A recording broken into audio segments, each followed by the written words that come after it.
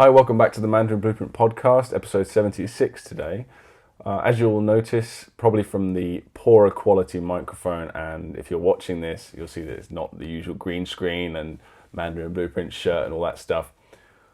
They are putting quite strict restrictions on where you can go, like in terms of apartment complexes. So I can't get into Phil's apartment complex, legally anyway, because of the coronavirus spreading stuff.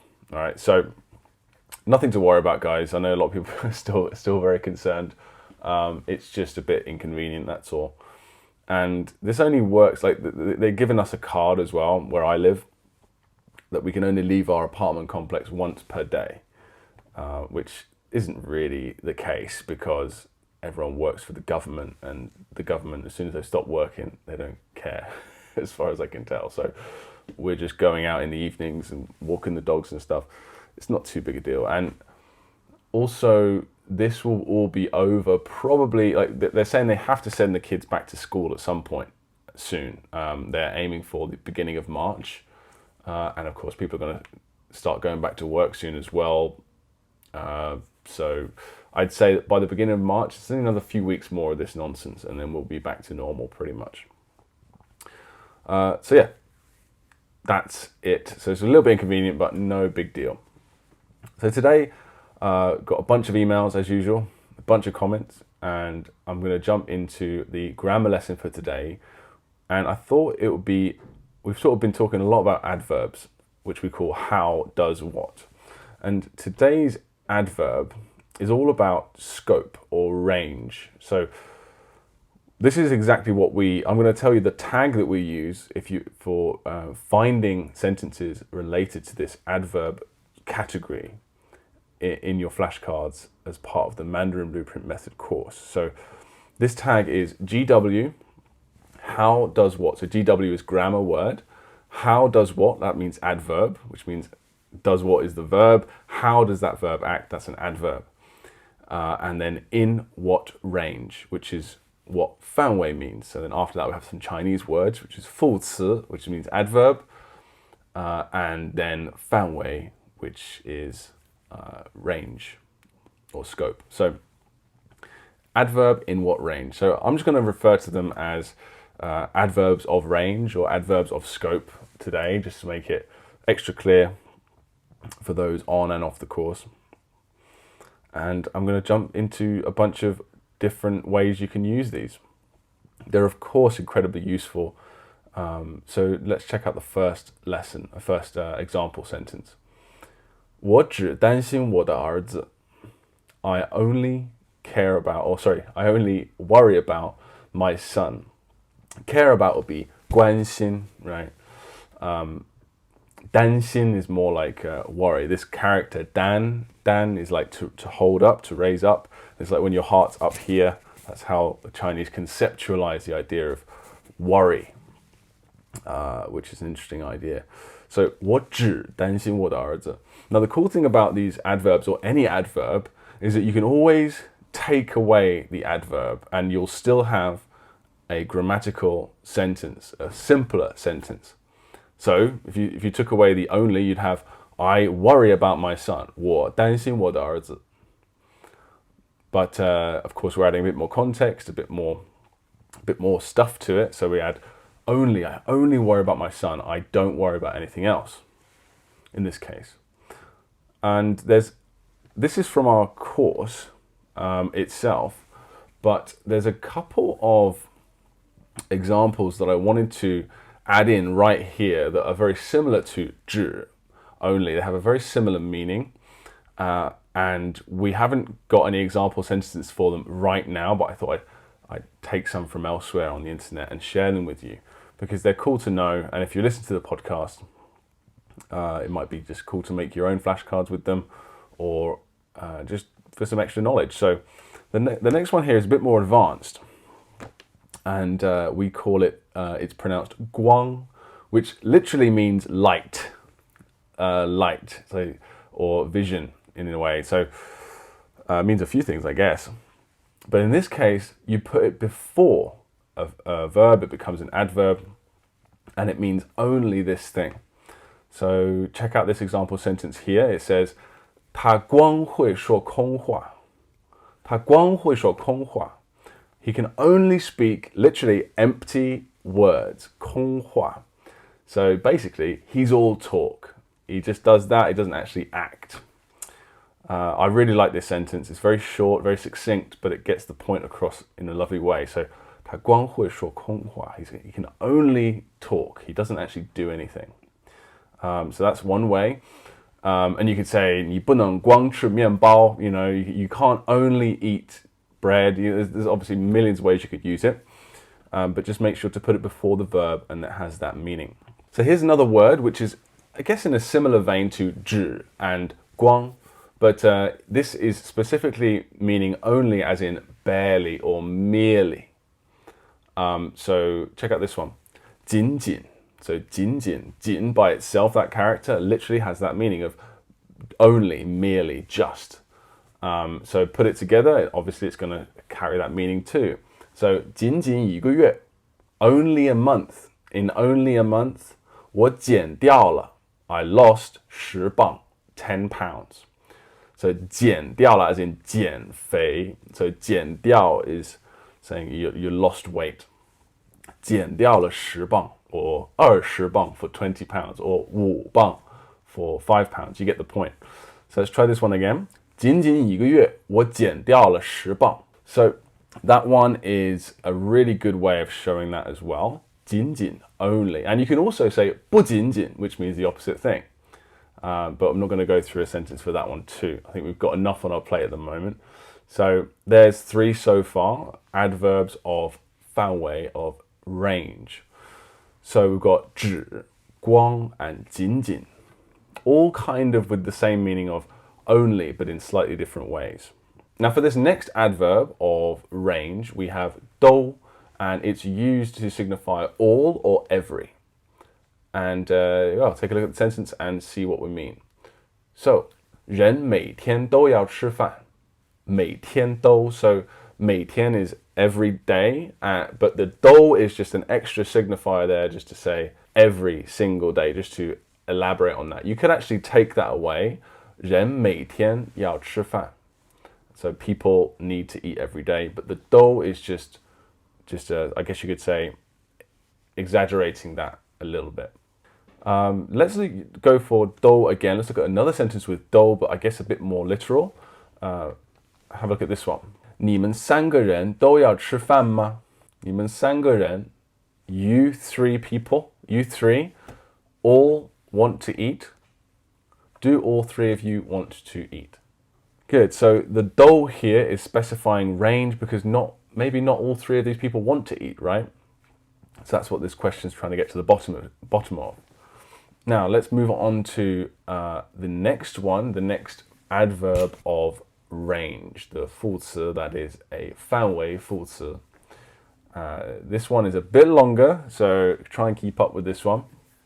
We're talking about 才, which is a very interesting one. It's so common. Can take a little bit of getting used to as well, the way it's used. Because again, it's not that much of an equivalent in English. Or it's just a bit out there for people that are beginners. So let's have a try. 行为的改变, the behavioral changes, 才会带来结果的改变. So here, this 才会, 才 is only and 会 is able to. So 行为的改变才会带来结果的改变. So only changes in behavior. Literally, behavior changes only will bring changes in results. So this is a very interesting sentence. This is from level 18. So if you want to review this one, get some native male and female audio, go and find this one in your flashcards and check it out. You hit R to replay it in a preview format, and you can get the audio as well. Another one we've got for you, there's tons of these adverbs. We're not going to cover them, every single one of them, but we've pretty much covered most of them. There's only a couple that I did some pretty extensive research on this, and there's only a couple that we left out that are fairly obscure. So let's finish this off by covering 主要是. So this next one here, it says, mainly you're too scared. This is a great way of saying mainly, and it's so common. I hear this all the time in conversation. 你主要是太害怕了. 你主要是太害怕了. So again, if you took away 主要是, you would just have an absolutely fine sentence, which is you're scared. You're too scared, rather. But if you want to add an adverb in there, just to add a bit more depth to the sentence and be a bit more specific with what you want to get across, you could say, mainly you're too scared. Or it's kind of like saying the real crux of the matter is, 主要, 主 is 主 rather, third tone, is master, or like main. 主要 is like the main, the most important thing. And then 是 obviously is just to be. So it's just, I think the most important thing is 主要是太害怕了. 你主要是太害怕了. Good, fantastic.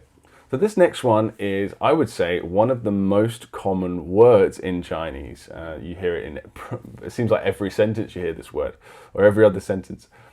就, which means a bunch of different things, but I would say the most common meaning is the one we're about to cover. So have a look at this sentence. Bank of China is right across the street from my house, just across the street. That's the sort of meaning that it has there. 中国银行, Bank of China, 就在我家对面. 就在我家对面. So again, let's take away 就 in this sentence. What is it saying? 中国银行在我家对面, 好像是旁边, which is next to. So 对面, which is opposite, okay? 中国银行在我家对面. So if we said that, that's fine. That means, okay, the Bank of China is opposite my house. But what's the 就 doing? It's just saying it's just there. It's just across. So maybe you're saying, I want to go to the bank. They're saying, no, but we don't have time. And it's like 就在我家对面.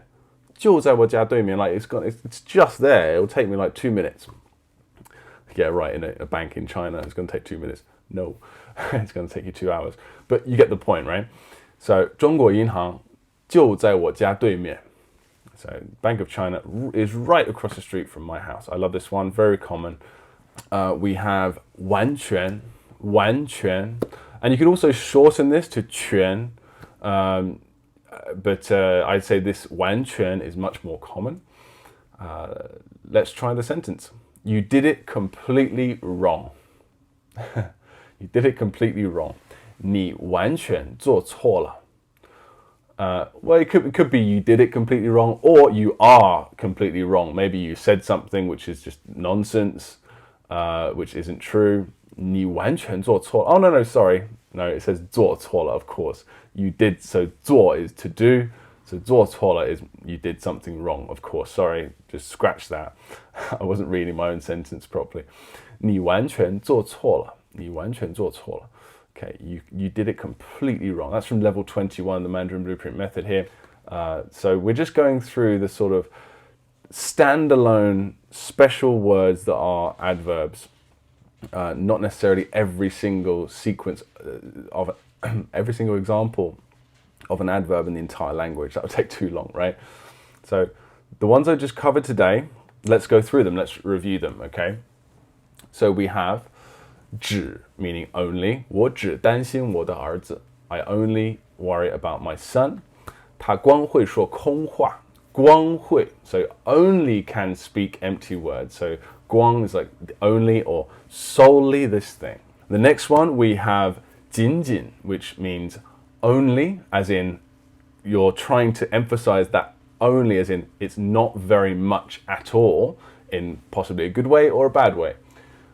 仅仅一个月我减掉了10磅. So that's obviously very positive. In only a month, I lost 10 pounds. Amazing.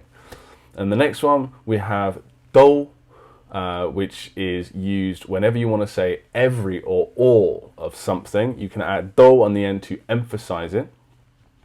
人每天都要吃饭. Or 你们3个人都要吃饭吗? Do you 3 want to eat? Or people eat every day.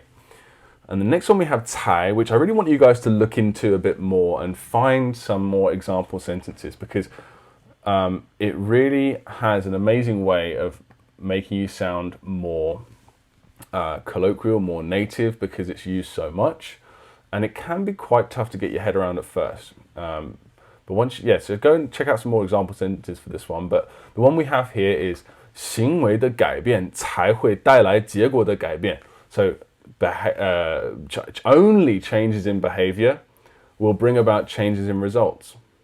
So I could take that 才 away, right? And it would just be changes in behavior will bring about changes in results.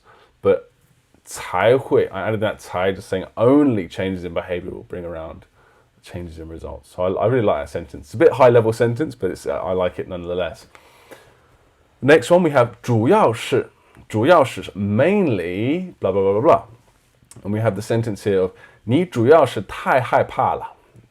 Mainly the thing is, the crux of the matter is you're too scared. That's the point.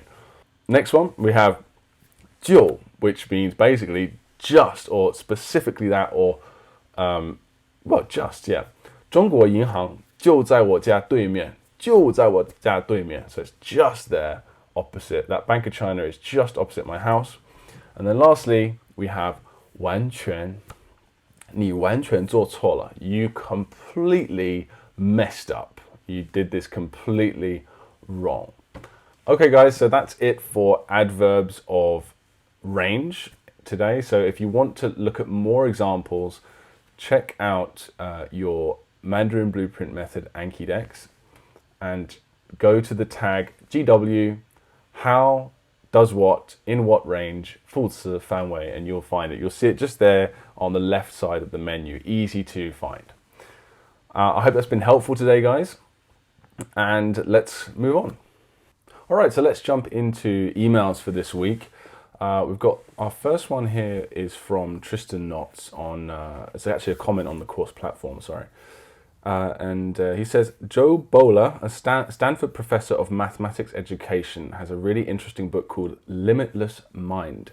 Her book breaks down the barriers that most students often have towards learning.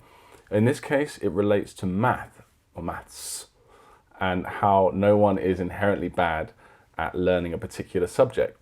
She shows how making mistakes and using different parts of our brains to really enable us to become proficient at what it is we are learning.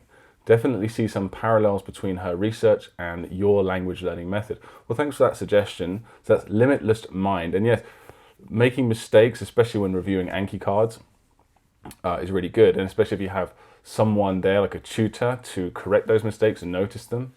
It's a good way of realizing where you're going wrong, obviously. Now, making too many mistakes without supervision and without correction can be bad when it comes to output, as many of you know. But Anki sort of doesn't have that problem. If you make mistakes in Anki, you get a card wrong, you can't answer a sentence, you can't fill in the blank or whatever it is, it's actually a good thing. Getting it wrong is one step towards getting it right. And you're going to have to make a lot of mistakes and get things wrong a lot of times before something really gets in there long term. Next one is from Jennifer Swanson on Nasal Final EN quiz. She says, fabulous, thank you, and thanks for answering so quickly too. We replied to her last week, I believe. This course is fabulous. I'm excited to get to the actual blueprint, but first the pronunciation. I found you first via the podcast, and I'm so glad I did. That's good. I'm glad the podcast is getting out there. More and more people are coming to us now and saying, "Oh, I found you on the podcast," and blah blah blah. So that's really good to hear. But yeah, your pronunciation is actually part of the blueprint. We haven't really made that clear because it wasn't originally. We just made it as like a preamble to the Mandarin Blueprint, but it is now part of the whole system, right? That's step one, actually. Step one is pronunciation of, that's part of the blueprint. But what you mean and what she means is getting to the characters and the words and the grammar and all that fun stuff. So yeah, I'm looking forward to hearing what you think about that, Jennifer. Next one is from Yasmin. It says, this course has been an absolute pleasure to work through. By the way, guys, I'm just reading these in the order I get them for the most part. I'm not just putting all the praise and deleting all of the criticism, just in case anyone thinks that. This is just good luck, I guess. The course has been an absolute pleasure to work through, and its production has been so well done. It's evident that you two have put a lot of time and effort and hard work into this, and it has really paid off. I really appreciate all that you've done and are still doing. Thanks a lot. Especially regarding how often you respond to people's comments and questions. I'm extremely excited to start the Mandarin Blueprint Method. Awesome. It's amazing that I have a small level of comprehension just from the pronunciation course. I was listening to a random Chinese podcast, and there was a point in there when they were talking about being hungry and getting a meal and how they were starving to death. And I understood that part of the conversation. Absolutely brilliant. I recently downloaded Weibo, and because I thought it would be a good platform for reading characters in the future, I'm reading terribly, it's not your writing. And I'm already identifying a few simple sentences from my constant practice through Anki. I've been enjoying your course more than working on my masters. Haha, is that bad? It's the highlight of my day watching your videos and practicing the flashcards. Well, that masters must be really boring if our videos are the highlight of your day. No, I'm just kidding. A bit of self-deprecation there to balance out the awesome praise that I'm getting from you. That's fantastic. Yeah, and Weibo is a really good idea. I never did this until way later on, but it's a good idea because everything that's out there on Weibo is something that a real person has written, not for the purposes of a learner, just really natural speech. If anyone doesn't know, I think Weibo is essentially the Chinese Twitter, I believe. You also have another one that's really good is Zhihu. I think that's how the tones are in that. I don't know the characters. I'm sure it's Zhihu, Z-H-I-H-U, Zhihu, which is the Chinese Quora. And again, I guess the Zhihu is different because it's going to be less just like, oh, I had soup today, what do you guys think? It's more about actually answering real questions in the best way you possibly can. So that's another one to check out if you haven't already there, Yasmin. And yeah, the reason why you're already noticing things is because we start with the most common things first, the most common characters, the most common words first, and then we work our way up to the the less common, the more complex. So yeah, when you're in the early part, well, all through really, but in the early days, it's especially jarring in a good way because you go from 0 to noticing, you unlock like the 10 most common characters. That makes up like 5% of the language or something crazy, right? So yeah, it's a real good feeling. I do have one question as I go forward, and my apologies if it's already been addressed. So I've watched a lot of anime throughout my life, and there are some characters that have already got an image seared into my brain, as in Chinese characters. An example is Gaara from Naruto. He's got I, love, tattooed on his forehead, and its pronunciation is the same in Japanese. It's I, just without the tone, just I don't know how you'd say it. In another anime, shuō, as in water, appears behind a character that uses water for their power. I was just wondering if this will help or hinder me. Sorry for being long-winded as always. Keep up the good work. You two are fantastic. I can't see how that would hinder you in any way. If anything, it would create a stronger memory of the characters. And yeah, if there's a different pronunciation, so what? Our character method is really effective for memorizing the tones and the pronunciation. And if you have a real-life reference for the characters and the words that you're learning, that can only be positive in my mind. Rick Angeland on It's a Word, da, as in hit. He says, too soon to mention the use of da to hit the phone to make a call. 打电话, that's how you say make a phone call. 打电话. So make a phone call, the make part is the verb to make a phone call, is 打 to hit. It's just a weird thing. Obviously you see it as normal when you've done it for a while, but it is strange, isn't it? 打电话. In Japanese and Korean, you hit the guitar and the piano, not play them. Something similar in Chinese? No, actually. With guitar and piano, you tan, which is like tan can be flick, but it can also be pluck. So you tan the 弹吉他 or 弹钢琴, which is play the piano. I don't know all the other instrument words. We'll see, but those are the ones for guitar and piano anyway. Another one from Rick on It's a Word for xiang. He says, what happens to the tones in songs? I always wondered about this. Yang Yang, as in yo-yo Chinese, says, I assume that's who you're talking about. It says, they more or less are lost, but people can recognize the words by context, which would also mean surrounding syllables, not just the meaning of the sentence. Yes, I'm a musician. I've been listening to a lot of Chinese music, and that's what my ears tell me too, mostly absent tones. So there would be the possibility of ambiguous word sentences. Yeah. I also heard that Chinese people love wordplay and puns. Yes, they do. So I guess clever songwriters could take advantage of the ambiguity of absent tones. Yeah, I mean, I don't listen to music that much in general. I'm kind of boring like that. You know, I'm just not really that. I love music, but it's like I just don't have an interest in it, if you know what I mean. I don't follow it. I don't know anything about music. But my wife does massively, and she's always listening to different pop rock singers and things like that. And yeah, they can often read the lyrics and understand the lyrics, but just through context. I think that's partly why actually all the Chinese apps that I've seen, like QQ Music, and I was just making a compilation list of these for the ebook that I'm putting together. I can't remember what it's called now, but there's all sorts of Chinese listening apps, and they'll usually play the lyrics. They'll sort of like slowly move up with the song, and that's not really there in English apps, or at least it's not as necessary. It's not as prominent, but maybe that's why the characters are more prominent. The lyrics are right there in front of you every time, perhaps because the tones are more ambiguous. It does make it writing song lyrics. This is my friend is Chinese and he's a musician. He does say that writing song lyrics in Chinese is especially challenging because of the limited sounds. There's only 400 total different sounds, maybe 420, and the tones don't count, right? So you literally got 400 sounds and you've got to make everything rhyme, and it can be really tough because there's just not as much to choose from. So if you hear of a Chinese lyricist or a songwriter and you hear a Chinese person say this person has really good lyrics, they're like extra talented, I guess. So it's an interesting question. The tones are pretty absent, but Chinese people don't really have much of an issue. Okay, so Howard So on New Vocabulary Unlocked for xiao, which means small.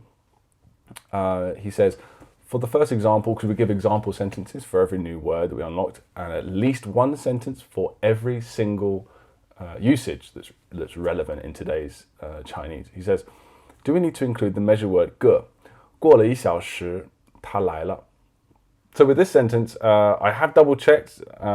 For me, upon first reading it, I think it seemed more formal to me. It's just 过了1小时，他来了. But I checked with my wife and a couple other people, and it could be said in both normal spoken and written. It's 1个小时1小时, both fine. And now, I don't want to say when exactly you can drop ge for everything, but I think it's just such a common phrase that it's just people just blurt it out. 过了1小时，他来了. So it's very natural and absolutely fine to do in normal speech. Another one from Howard says, vocabulary unlocked for 太太. He says, for 太太的看法和爸爸不一样. Are we referring to my father or her father? Well, for this question, it seemed obvious to me, and then I was like, oh, wait a minute, it could be both. Because you need more context in this to actually, you need to have more context. You need to know what they're actually saying. So the answer is either. And it depends on the larger context, which is why more context is not only more interesting, it's more relatable, it's more fun. And you get more emotionally involved in it because there's more details to understand. So whenever you see something like this, Chinese is very contextual, as I often say, and it could be, it's just, if you don't know who belongs to who, that's no problem. Maybe you're not supposed to, This next one is from Rick. He says, it's a word for dai, which means, well, the meaning we chose is dumb.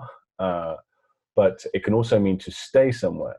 And brings up his question. He says, how do dai, the usage for dai as in to stay somewhere for temporarily, and 住 as in to live somewhere, differ in meaning? For example, 我在中国待过. That means you've stayed in China before. It doesn't mean living permanently. So for example, I am living in China, 我住在中国, but I'm not dying in 中国. I'm living it permanently. So that's the difference. 我待了几天. 我在中国待了几天. I stayed in China for a few days. Another one from Rick says, I think the usage to stay of dai is so unrelated to usage 1, as in stupid, that I'm not going to remember it, or only by repetitious practice with sentence cards.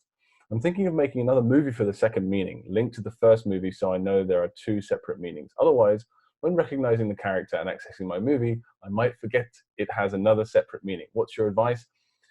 My advice would be that making the movies is only for building a base understanding of one definition, preferably the most common definition of the character. And you can, I guess, if you want, go and make a separate meaning, but I feel like that's not really necessary, because you'll be able to learn you can only learn different definitions through context anyway. So you already know the character, you know how to write it, and you know one pronunciation. For me and for Phil and for many other learners, you naturally learn the other pronunciations via context, and it's not that big an issue. Try not to aim to learn everything in one go. If you wanted to do that, I was talking about jiéguǒ earlier, right? That has several different meanings. There's loads of characters with several meanings, like 5 meanings for one character. And very rarely are they all as common as one another. So that's why we build up the base foundation and then learn the rest through context. Another one from Tristan Knotts for 但是 and 只是, these new vocabulary unlocked. He asks, we should be assigning photos to these vocab words, correct? Yeah, not necessarily photos, but images of any kind. We recommend you put at least one image for learning these words of your own choosing. And you can check out Phil's video on, it's actually on the course, but you can find it on YouTube, 4 ways of learning words, or 4 memory techniques, I think it's called. But yeah, you connect to the word by some sort of connection. Any connection is fine. Whether you're looking at the word's meaning, it reminds you of something else, and you find an image to represent that connection. So 但是 and 只是. I used to say that actually for 但是 because it's quite abstract. 但是 means but. You could actually, if you want, you could have a picture of J-Lo for obvious reasons. Or you could be like, for example, there was this show called Columbo. I never really watched it, but I always knew about it, referenced through like pop culture and stuff. And apparently he would always walk into interviews with people and say, but just one more thing. Like he would make them feel like relaxed, these criminals, like they got away with it. And then he would come back in and go, but one more thing. And then he would, crack the case or whatever. So I'd, picture a Columbo. You get the idea. Simon Meller on 3 factors of pronunciation. Hearing. He says, hey, legends. Definitely a Brit. I just signed up for the course. Super excited to be starting from a beginner level. Enjoying the videos so far. It's nice to get a general overview and the feeling of human interaction with you guys before getting into the learning phase. Normally, I like to dive headfirst into something like the shallow end of a swimming pool, but I'm in this for the long game, so this is pretty enjoyable content. Cheers. Thank you, Simon. I'm looking forward to your to more of your hilarious comments in the future once you actually get into the course. I think you're going to be a good asset to us. All right. Tristan Knotts on Anki-Dex Inside, level 9 complete. That's good progress. Motivational emails at the end of each level are one of my favorite aspects of the program, as they are so encouraging and insightful. I love that y'all put the time into the little things such as emails and level reviews, and that really take this method to another level. Thanks, man. Yeah, because the whole course itself, and I'm glad you like that. That's great, because we thought that's something that was lacking a lot for us when we were learning. We pay money for services, and some of them are great, some of them not so great, but it was I think the unique thing that we are trying to offer is a coach. We're trying to be a coach, and we're not necessarily trying to tell you everything, but we're trying to guide you on the way and then sort of support you on the way as well. Because like 90% of your progress comes down to, do you show up every day and do it? And there's more to just having effective methods. You got to be regularly shown your progress. I think, we think anyway, and I'm glad that that's working. Yeah, and we really want to develop with that as well. We want to move forward and start sending you guys more emails. Make sure we have at least one every level, but also videos, extra videos, bonus stuff, because we know that's really important. We get lots of emails like that, messages from people that really appreciate them. So that's awesome. Sam Rodriguez on, this is what your study session should look like. This is a video that Phil made to guide you guys through how to use Anki generally, and like what should you be doing day to day. And he says that moment when you realize you need an Anki deck to help remember the Mandarin Blueprint study method. I love it. So much to dig into. It most definitely works for me. I sat at my desk this morning with no problem, replayed the movie for dry in my head. I was shocked how well it worked. Yeah, it works really, really well. That's great, man. Thanks a lot. So that's it for the general messages. Course updates this week. I mean, we had, I did mention earlier, I'm putting together an ebook, and it's a big one. It's sort of similar to our other ebook, Speak Chinese Like a Native, which was the first one. I put that together like 2 years ago, or a year and a half ago, when we were just releasing everything, like pronunciation mastery rather. And that was quite short, it has like a few thousand words. But this one's going to be a big one. This is going to be like, all in all, like something like 20,000 words. And one of the biggest things that I think is going to be useful to you guys about it is I'm putting together right now a huge resources section. I'm going to put about 200 different resources for various things, where to find reading materials, listening materials, speaking apps that we like. Sorry, it's not just me, it's Phil as well, of course. His input is really important on this. And we're actually going to sell it for a few dollars. I don't know how much yet, but if you're already on the course, I'm not going to say we'll give it for free yet, but you'll certainly get a hefty discount at the very least. But that should be out to you guys within a few weeks, maybe a month tops. So we've had a lot of delays lately because of this thing that's going on, with the whole virus and stuff. Phil's been away as well, but it should be with you quite soon. We'll send out an email blast when it's ready, and you'll be the first ones to get it. As for that, sorry, just don't get worried. I've been speaking a lot today. Other than that, no massive updates.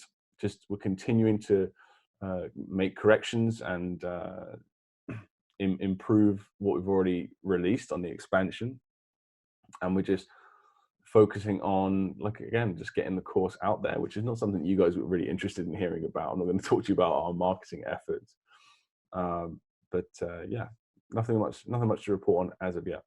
So let's jump into the movies that we've got this week. We had so many, it's getting silly now because, so what I'm going to do, I'm going to make sure that I read it, because we've got about 50 this week, because there's been a couple of new people, and some people are just such legends that they just decide that they're going to write a story or a scene for every character they learn. And I'm not sure how long people can keep that up. And I hope that people listening to this don't feel an obligation to do that, because you certainly don't have to. That's not part of the learning process. It's purely to share with other people and help those out. And if that's the case, I mean, it's just amazing seeing the level of growth that we've had including, we've had 500 comments in the last 30 days, all of which are useful, all of which, as far as I can tell, are adding something to the course.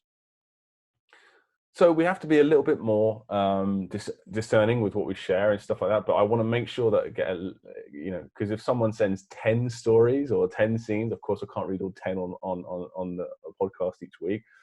But I make sure that everyone gets at least one of their scenes shared each week, at the very least. So we're going to start with Dom Thompson, who's a new client. At least I haven't seen his name before. And he has just sent so many really rather good scenes this week. And I'll read you his first one. He says, "Here we go. Character 1, exciting. Shane Warne, a bit of a childhood hero for this wannabe leg spinner." Is that breakdancing? I don't know what that is. Leg spinner. Oh, I can't figure that one out. Is in the kitchen of my childhood home. He's up next to Bat. So he's got his pads on, heading through the back garden. Used to play lots of cricket with my brother in the garden. Good, adding personal backstories to this. It's a sort of a natural thing that you do, isn't it? Unfortunately, the back door has been replaced by the door to number 10 Downing Street. Shane Warne knocks, twists the handle, bangs on the door, but it won't open. Increasingly desperate, he starts smashing on the door with his cricket bat, vertical line prop. We suggested razor blade for it's like the standard one, but of course you can choose anything you want. And he smashes harder and harder, but the door doesn't move an inch. At this point, he walks away from the door with a glint in his eye. Any Englishman who grew up in the 90s knows the look in Shane Warne's eye when he's about to do something special. I actually don't recognize that name, but then again, I know nothing about any sports or like TV soap operas or anything like that, so it's not surprising I don't know who he is. He pulls out a magic wand, the horizontal line. Oh, sorry, I mixed that up. Sorry, the cricket bat is the staff or whatever. The magic wand in this case is the horizontal line. Magic wand also comes up later, but you can just choose a different prop when that comes up, and aims directly at number 10, at the number 10 on the door. Green and gold sparks fly off the door, at the door. Huge explosion. The door lies in a wreck on the floor. Shane Warne puts his hand away, picks up the bat off the floor, and steps over the now broken door to number 10. On his way out to the bat. Raucous applause. Well, you've pretty much nailed it on your first try, Dom. There's absolutely, not only is there nothing wrong with that, that's one of the better scenes that you could possibly have as well. You've got different, I think you've done this before. It seems like you've got some practice in this, or maybe you're a writer or something like that, because you've got some real creativity there. It's all good. No issues with that whatsoever. Well done. Obviously that's to learn the character for number 10, shu, which is just a cross. Very simple character, but still, Dom is just starting out and he's solidifying those skills very well. Tom on make a movie for tu, which means soil, earth. Tywin Lannister. Oh, that's such a good actor to have as one of your actors. I wish I could go back and use him instead. I used Tom from Tom and Jerry. Rubbish. Tywin Lannister finds one of his soldiers in the living room of my set, lazing about, smoking a cigarette. That would be the horizontal line, I guess, and injecting himself with drugs. Okay, so that would be the cross, which we say is sort of looks like a needle. So you can use that. It's a bit adult, but that's fine. It's all good. Furious at a Lannister guard exhibiting such behavior, Tywin orders him to dig a hole and bury the offending items. Cigarette first, so it's at the bottom. Of course. By the time he's finished, there's soil all over the living room, so Tywin makes him fill the hole back in. Again, you've hit all the notes, mate. You've got the position perfectly. You've made sure that the cigarette's on the bottom, and I mean, fantastic. Yeah. I think it's not actually our videos that are making people so much better. I noticed that people are getting better at this, and I think it's because of all of the tons of comments below of people giving their suggestions, and it helps people solidify their skills at this really quickly. Well done. Tyson, because that's a really early character. It's pretty early, isn't it? I'm losing track of things. But anyway, well done. Tyson on make a movie for fan, as in, it could mean rice in terms of like in a meal, but the most common is like meal. Now, 吃饭. I'm practicing my flips, and that's the fan component on the right of the character, which means backward or opposite. He's practicing his flips. Oh, so what you've done here, Tyson, I believe you mentioned this before, actually. You said you've chosen a flip, that action, as the prop for that representation. Now, I wouldn't normally suggest that. I think you've probably already watched a couple of videos where me and Phil would say, don't choose actions for props. Just a suggestion, like everything else. It's not like it's going to just ruin all of your progress or anything like that. It's just it restricts you, because that means that you've always got to have someone doing a flip, and you might want them doing something else. So it stops them from being, it doesn't give them that freedom, to play around. But you could, for example, choose someone that's very like a gymnast. So what immediately comes to mind is the Chinese guy from Ocean's 11. And that one really works for me. Like, because he does a backflip in one of the scenes, if I remember, when he's in the vault. But that's just me. But I'm just saying that choose a separate object might be better in the long term for your props rather than action. But anyway, let's continue. It says, my F actor bursts through the fence door, almost knocking me over. He's got bags of food from a local restaurant over his head, and he's shouting, the cooked rice is here. Nice. So I imagine the bags of food are the food part, because that's the food part. Yeah, the cooked rice is here. Fine. Yeah, I mean, that all looks good. You sort of combined a few things, and it's relying quite a bit on audio. Maybe instead you could, the bag of food is the actual prop, but maybe you bring out some like bunch of delicious dishes, and they're just laid out on the table, and it's like a never-ending resource of food. So that uses the prop, but the prop also creates the final keyword representation. That's just an idea. You don't want to rely purely on audio as a general rule. But overall, not bad at all, mate. Not bad at all. Rick, make a movie for ji, which is ji as in 机器, like machine. JI actress is in front of my family home, is running a huge machine. So just a generic machine of some kind.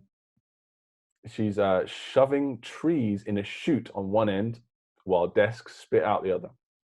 Fantastic, because obviously, if you look at this character, we have tree and then ji, which in the abstract sense means a few, or how many, but obviously it also means table, small table, like chaji, like small table.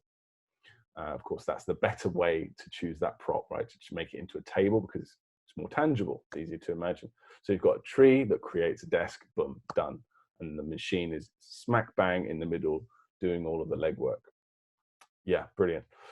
Tristan, make a movie for Cai, which we've chosen the meaning of genius, which again is the most tangible meaning for that one, I think. Christian Bale, that would be the C character, as Patrick Bateman from American Psycho, walks into the kitchen of my AI apartment with an unassuming victim. There are a hockey stick, a razor blade, and a samurai sword in the kitchen, and you can use your imagination for the rest. Thank you for sparing us the details, Tristan. I appreciate it. Very gentlemanly. After the episode, he thinks, what just happened now? Yeah. So what you've done now, okay, so maybe we didn't. I thought we chose genius as in 人才 or 天才, like talent, as a keyword for that character, but obviously we chose something else. But it also means just now. That's one of the meanings of this, or it can also mean, as we discussed today in the grammar section, it means only.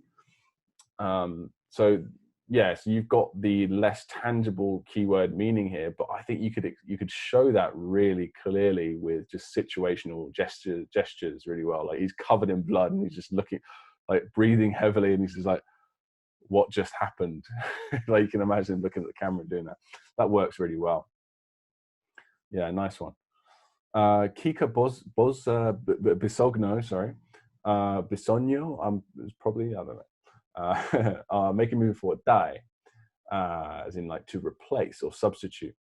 Diego Maradona was invited to play soccer in the backyard gardens of Palace of Versailles.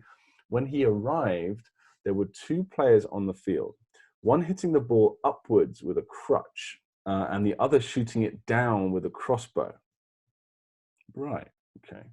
He looked puzzled. His manager said, "Don't worry, we just decided to substitute the soccer match for a more entertaining game." Okay.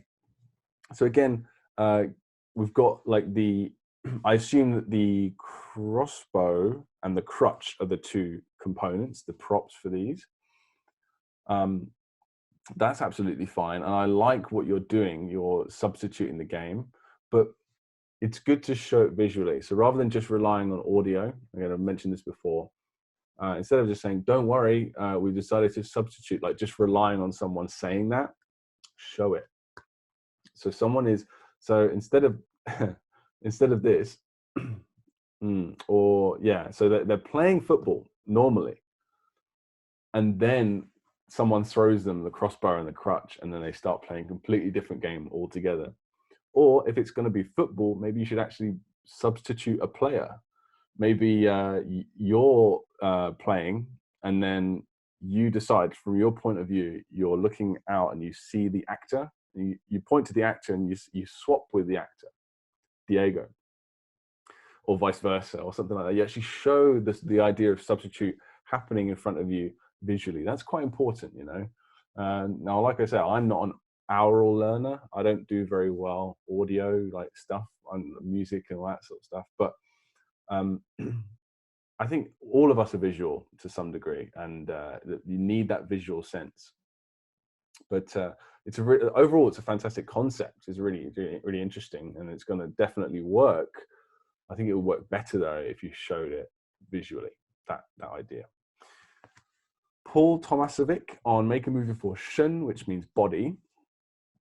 He says, "The first time I'm going to use a song in my movie, but first thing that came to my mind is Queen's song, Somebody to Love."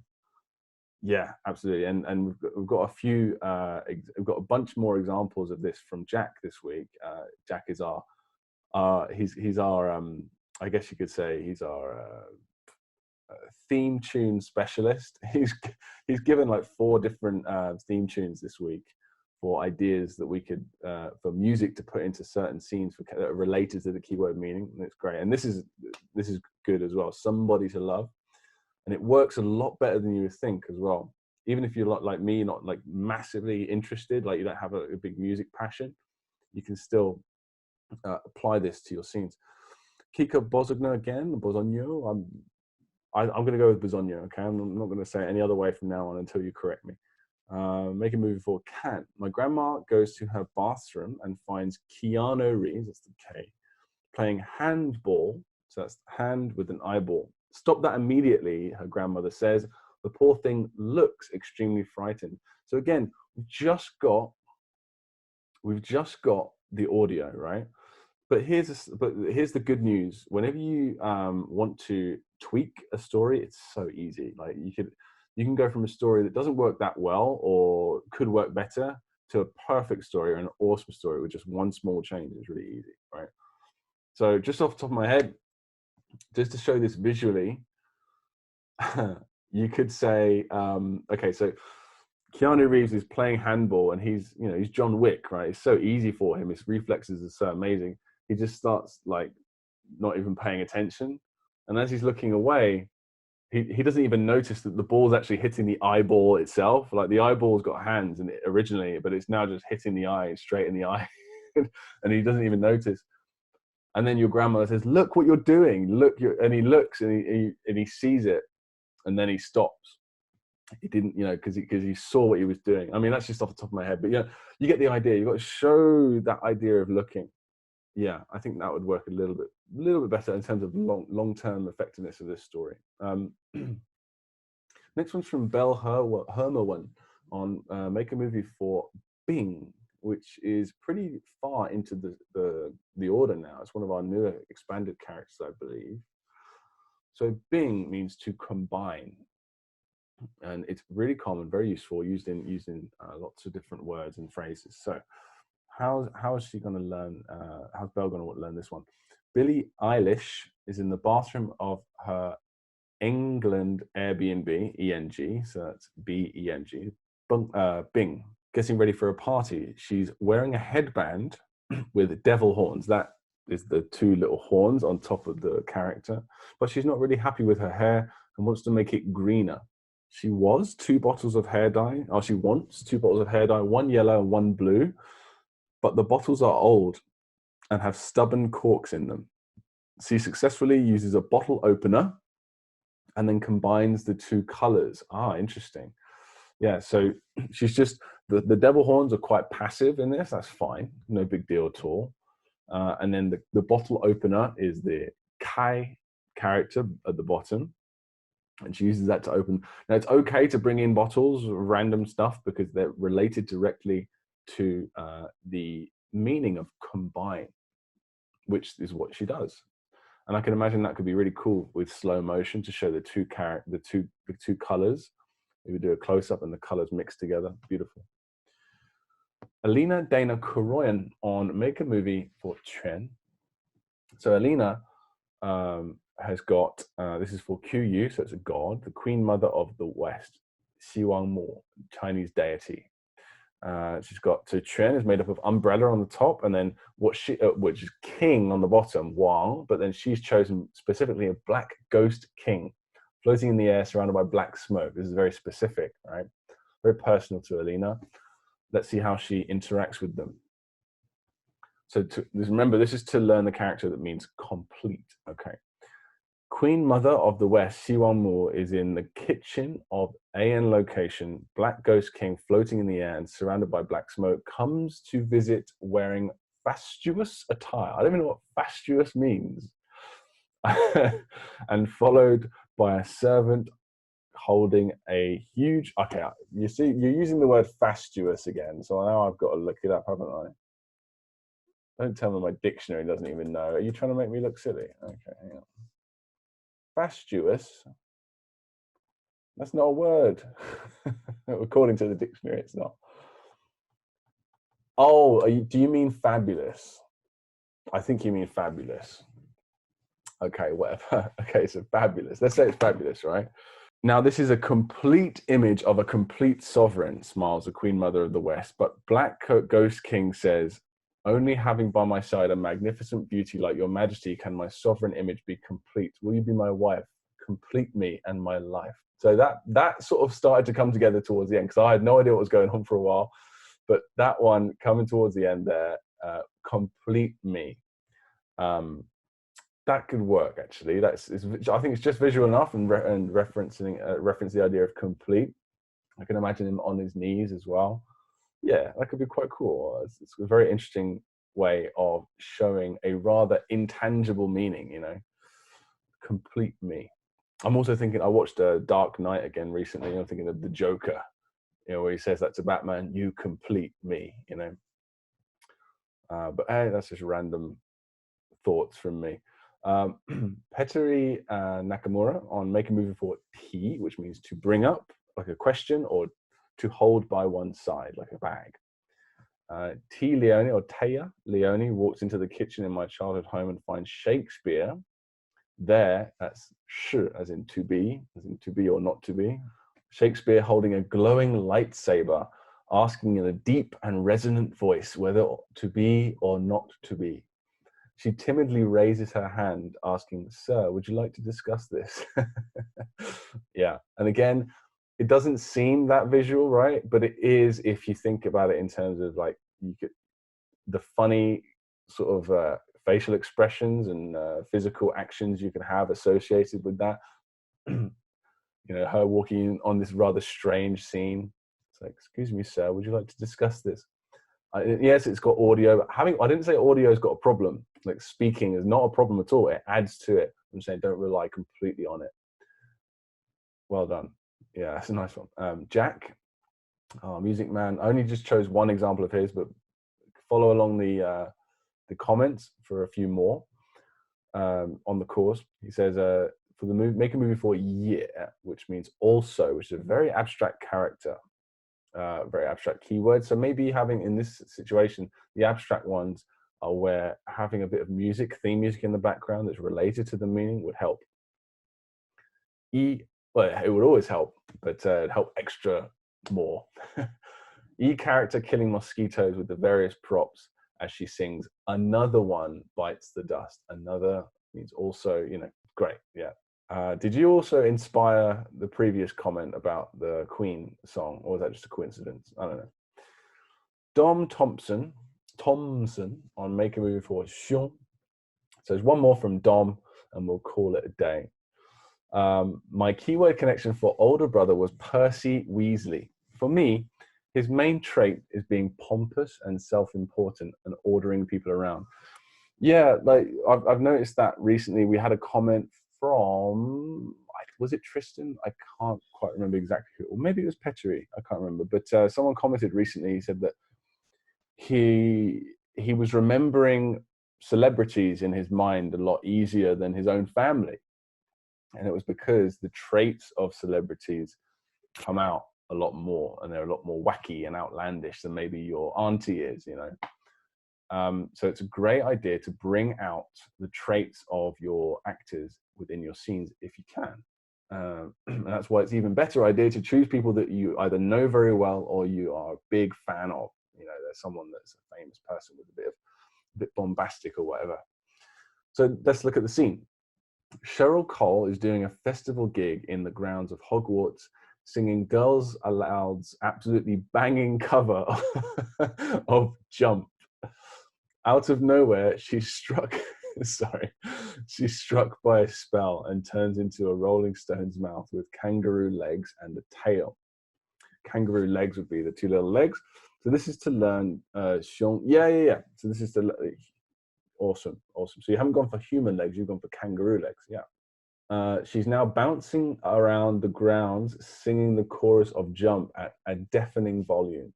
Percy Weasley orders her to stop immediately, but Cheryl ignores him and continues to sing and bounce. The scene ends with the camera looking over Percy's shoulder. Cheryl bounces off into the distance as Percy yells, "Excuse me, you are not authorized to go there. Listen to me. I am a school prefect. Come back here immediately." Very good. Let's have a look one more time here. So, okay.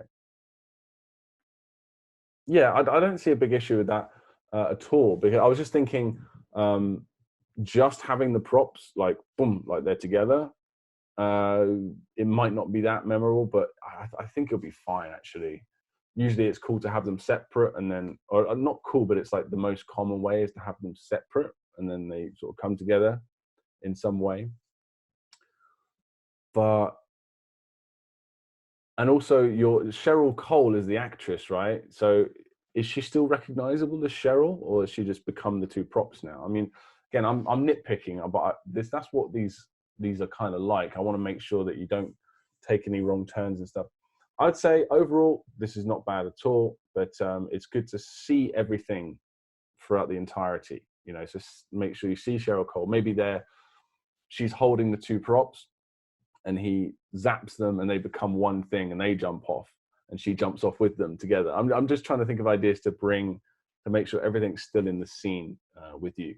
So it's all visual, because you're new to this, Dom, but we like to think ahead like 3 months or 6 months. So please don't take it personally. You're doing really well for your early on, and thanks for sharing all your scenes. This is awesome. But just as a general rule, but yeah, well done. Thanks, guys. This has been awesome this week. I have to keep it a little bit shorter because I'm running on my laptop. I'm not allowed to use Phil's computer, so I'm sort of running on my own laptop's memory, and it's rubbish.